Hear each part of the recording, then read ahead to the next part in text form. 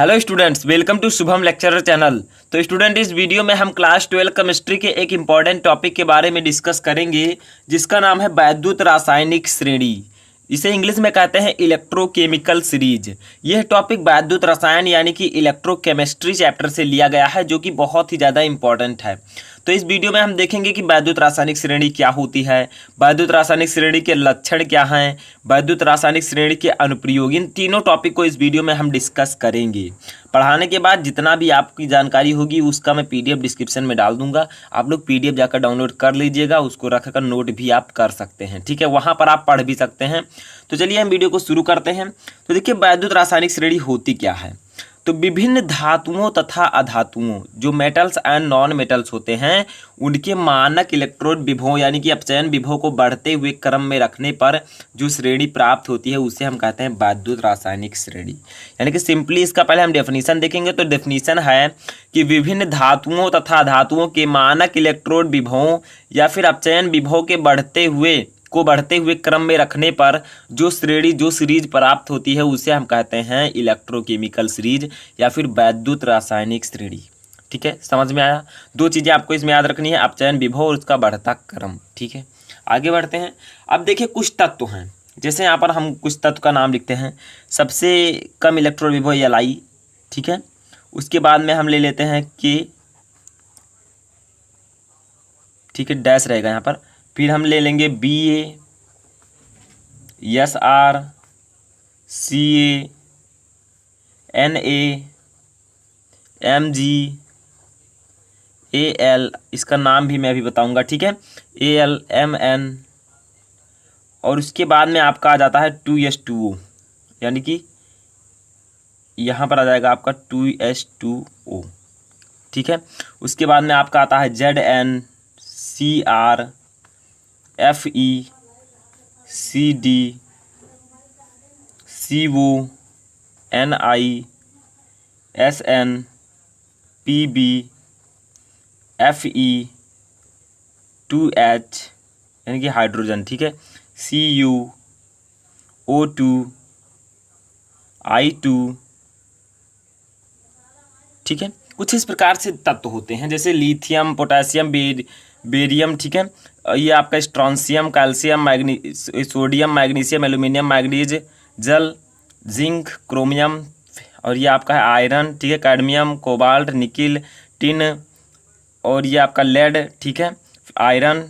यहाँ पर आपका देखिए 2 बार आयरन हो गया है।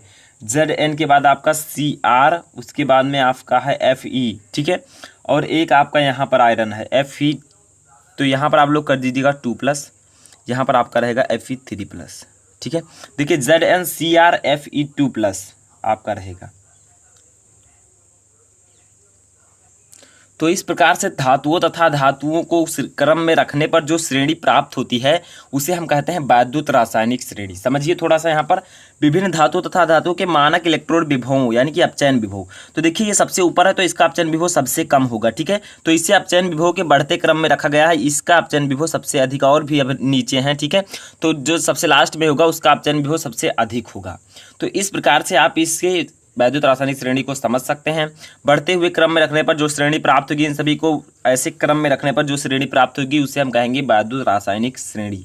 ठीक है, आगे बढ़ते हैं। हम समझते हैं वैद्युत रासायनिक श्रेणी के लक्षण। तो देखिए क्या है, श्रेणी में ऊपर से नीचे की ओर जाने पर तत्वों की अपचयन क्षमता घटती है, जबकि नीचे से ऊपर जाने पर अपचयन क्षमता बढ़ती है। यानी कि जब आप श्रेणी के में ऊपर से नीचे आएंगे तो आपकी अपचयन क्षमता घटेगी, और जब नीचे से ऊपर जाएंगे तो आपकी अपचयन क्षमता बढ़ेगी। ठीक है, ऐसे आपको समझना है। आगे देखिए, हाइड्रोजन के ऊपर के सभी तत्व अम्लों से अभिक्रिया करके हाइड्रोजन गैस मुक्त नहीं करते हैं। तो यहाँ पर आपको कहीं हाइड्रोजन दिख रहा है, तो ये है हाइड्रोजन। इसके ऊपर के जो सभी तत्व होते हैं वो अम्लों से क्रिया करके हाइड्रोजन गैस मुक्त नहीं करते हैं। ठीक है, ऊपर के मतलब ये सब ऊपर वाले।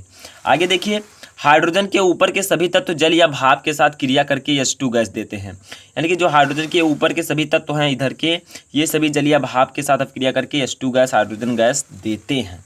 आगे देखिए, चौथा हमारा है, जिस तत्व का अपचयन विभव जितना अधिक होता है वह उतना ही प्रबल आक्सीकारक होता है। ये सब लक्षण आप लोग अच्छे से तैयार कर लीजिएगा। तो देखिए, जिस तत्व का अपचयन विभव जितना अधिक होगा वह उतना ही प्रबल आक्सीकारक माना जाएगा। ठीक है, सिंपल है। उसके बाद में देखिए हमारा 5वां आता है, जिस तत्व का अपचयन विभव जितना कम है वह उतना प्रबल अपचायक होता है। देखिए यहाँ पर क्या था, अपचयन विभव जितना अधिक है वह ज़्यादा आक्सीकारक होगा, और अगर अपचयन विभव जितना कम होगा वह उतना ही प्रबल अपचायक होगा। ठीक है, उल्टा है। तो इस प्रकार से ये हैं आपके 5 वैद्युत रासायनिक श्रेणी के लक्षण। आगे देखिए अब हम देखेंगे कि वैद्युत रासायनिक श्रेणी के उपयोग क्या हैं। तो अभी एक और लक्षण है स्टूडेंट, 6वां, श्रेणी का ऊपर वाला तत्व नीचे वाले तत्व को उसके विलयन में विस्थापित कर देता है। यानी कि जो ऊपर का तत्व होता है वो नीचे वाले तत्वों को उसके विलयन में विस्थापित कर देता है। ठीक है, समझ में आया। अब आगे बढ़ते हैं, देखते हैं अपना उपयोग क्या है। तो उपयोग में आपका आता है 2 उपयोग इसके मुख्यतः हैं। तो फर्स्ट है आपका क्या, कि किसी सेल के मानक वैद्युत वाहक बल का निर्धारण करने में, यानी कि किसी सेल के जो इलेक्ट्रोमोटिव फोर्स होता है, वैद्युत वाहक बल होता है, उसका निर्धारण करने में इसका उपयोग होता है। उसके बाद में आपका आ सकता है धातुओं की क्रियाशीलता